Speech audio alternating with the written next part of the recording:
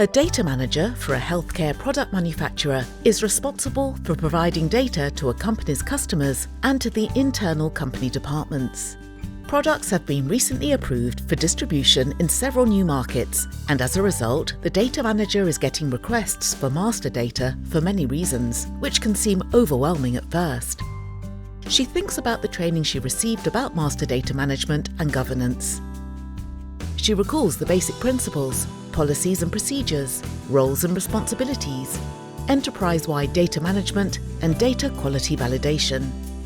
The importance of understanding the specific reason why the data is needed was emphasized.